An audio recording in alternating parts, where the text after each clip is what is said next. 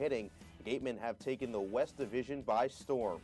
The 0-2 from Fioli, called strike three. Throwing back to first base, McIver, and the tag is in time from Sable. Sends it to right field. Going back is the right fielder. That one's gone. Tanner Dodson. And now, the push for Wareham's 8th league championship heats up. Duran swings and hits this one through the gap. Rounding third and heading for home is John Topa. The throw to the plate is not in time, and Topa will score. The breaking ball called strike three. Dalton Roach strikes out the side. 1-2. Swung on and missed. Back-to-back strikeouts for Brett Canine. Lines it right back up the middle for a base hit. On the first pitch, Baird rounds third. He's going to come home and score. Metz sends it down the right field line. It's in for a base hit. Rounding third. Coming home is Duran. He will score. And the Wareham Gatemen are now winners of 5 in a row. The Gatemen walk it off at Spillane Field. How do you like that? It's Wareham Gatemen Baseball, and it's live on the Gatemen Baseball Network. Nothing but blue skies do I see right now here in Orleans, Massachusetts for Wareham Gatemen Baseball. A crucial Sunday matchup between the Wareham Gatemen and the Orleans Firebirds. We thank you for joining our live broadcast here on the Gatemen Baseball Network. Sam Corman joined by Connor Federico today for all the action in the back half of a home-and-home between these interdivision rivals. Well, the Gatemen have lost 7 in a row, and as of now, they're down to 9 position players. What's the mindset coming into today? Well, I think you have to figure out how you're going to win a ball game together as a team. Yesterday, it was the offense that struck early in the game, and then the back half of the bullpen sort of gave it away. We saw Fitz Stadler give up 3 unearned runs, which it wasn't what he was doing the rest of the game. You just need more innings out of your bullpen. I really think, even though it's been the offense that's been struggling, I really think it's time for the bullpen to step up. The pitching staff as a whole, and get a team win today. That was the formula earlier in the season. That's really why the Gatemen have 16 wins. Maybe 13 or 14 of those you credit entirely to your pitching staff, and that's been the winning formula for the Gatemen. Jordan Britton, he's a bullpen pitcher himself. He'll have to try to get the job done tonight. And the playoff picture is certainly tightening up towards the bottom of the West Division. The Gatemen are only 1 game ahead of the Hyannis Harbor Hawks now. They do hold the tiebreaker if they finish the season with the same amount of points, but you got to control your own destiny here. What do you think of the playoff picture right now? Well, the Gatemen hold the tiebreaker, which is the run differential total. The Gatemen lead the West Division in run differential, which is crazy considering how they've played recently. 7 straight losses.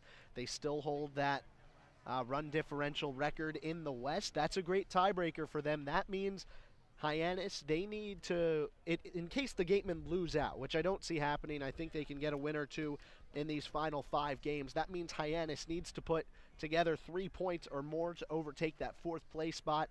That's unlikely considering the way Hyannis has been playing. They're not a very good team. It's just the Gatemen haven't been spectacular themselves. So it's a tightening race right now. I think it's almost scary for the Gatemen. I think this is a group that wants to make the playoffs and show that they have a lot of heart, a lot of grit. They're willing to go out there and put it on the line for Wareham. And the Gatemen, they've lost a lot of players, but as we'll learn later in the pregame, they'll be bringing in other people who will be honored to play even a single game on the Cape, let alone a week's worth, and I think that's going to help them a lot. There certainly are going to be some sort of reinforcements coming to the Gatemen tomorrow for tomorrow's game in Wareham against the Katuitt Kettleers. We'll send it over to our Jacob Toby, who's hosting Gatemen Pregame Live, presented by South Coast Health. Jacob. Thank you very much, Sam Corman and Connor Federico. Welcome into Gatemen Pregame Live, presented by South Coast Health. My name is Jacob Toby. We're taking you through the next 20 or 30 minutes or so up to first pitch. We'll get you back out to the guys after we take a look at last night, a tough loss for the Wareham Gatemen, a 7-4 defeat to the Orleans Firebirds, the best team in the Eastern Division. A tough one for both the pitching and the offense. Great start for the Gatemen last night versus the Firebirds as they get the offense going early.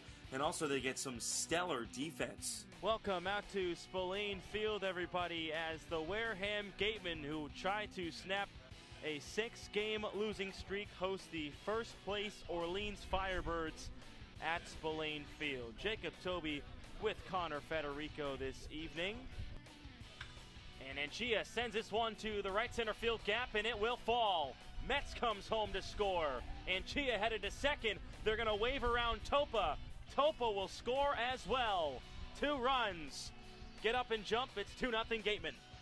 1-2. Up the middle, ranging over is Duran. The throw is in time. Jaron Duran sliding to his right, throwing over to first. Ethan Paul is gone.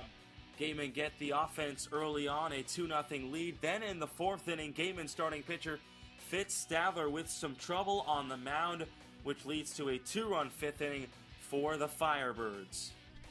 On the season, and Chia lost the ball. Shearer coming home to score. And the Firebirds get 1 run back, 2-1. Connects with 1, down the third baseline, past the dive of McIver. It's enough for Riley to score from second base. Here come the Birds, all tied up at 2. Orleans kept on rolling in the 6th as they get 4 runs and they chase Fitz Stadler out of the ball game. Franklin German coming in out of the Wareham bullpen. He couldn't stop the bleeding either. 1-2. Out to left center field. Will it fall? It does. Scott will score, the only run to come across, but it gives the Firebirds a 3-2 lead. Lars Newbar with the RBI single. 2-2 to left. That will fall. Decolati scores. Back-to-back RBI singles. First from Newbar, now from Riley. A 4-2 lead for the Birds. 1-2 through the 6-hole. Shearer scores. They're waving around Newbar. The throw is not in time. So 2 runs will score. 6-2 Orleans. Another nice defensive play for the Gatemen coming in the 7th inning as the birthday boy Robbie Metz comes through out in right field. Shearer connects with this one, sends it to right. Going back is Metz at the wall. He caught the ball. Robbie Metz out there in right field. He leaps and makes the catch for out number 2. Very nice. The offense did not stop for the Firebirds as they get 1 more run in the 8th inning thanks to MVP candidate Jimmy Herron. President of this organization. Ball hit to Duran. They'll go to second for 1 out. That's all they'll get. And a run will score. Riley comes around. 7-2 in favor of the Firebirds. Wareham, though, they would not go down easy. They try to make a comeback in the 9th inning. They had the tying run at the plate, but just could not get the job done. On the ground, through the right side and in for a base hit. Sable will score from third. They'll hold Angelini. Gatemen get 1 run back. It's 7-3. 1 out in the inning. McIver sends it to the third baseman Shearer. He'll go across the diamond to first, retire McIver. Another run will score. Angelini from third. Now a 3-run ball game. Gatemen still trail it. Runners at second and third. 2 outs in the inning. Jaron Duran at the plate. He's the tying run as the Gatemen trail 7-4 to the Firebirds. Here comes the pitch. Sends it out to left field. And making a diving play is Steven Scott to end the ball game. The catch from Steven Scott sends the Wareham Gatemen to their 7th straight loss. The first time they've lost 7 in a row since 2013. They dropped this one 7-4 to the Orleans Firebirds. Yeah, a tough loss for the Wareham Gatemen last night versus the Orleans Firebirds. They have a chance to come back and win this game here at Eldridge Park in Orleans. But first we check in with our Claudia Chikamian. She caught up with Jake Anchia, who had a good game last night. Thank you, guys. I'm joined by Jake Anchia. So good night for you at the plate last night, 2 for 4. What were you really trying to do to help your team out offensively?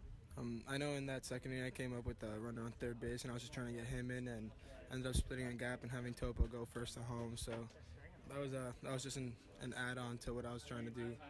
Now, as the season's starting to come to this final stretch last week of the regular season, what's been the biggest improvement you've seen here during your time with the Gatemen? Me personally, I feel like I've learned how to use more of the field, opposite field, and pull side and work both sides of the field more. And now playing Orleans again tonight, this time at their field, what did you see out of them that you guys can really take advantage, hopefully try to take advantage of tonight? They like to hit. They're a really good hitting club, and they'll jump aggressively on early pitches that are in the zone. Monday through Friday, depending on the player's off day. For more information, sign up your young ball player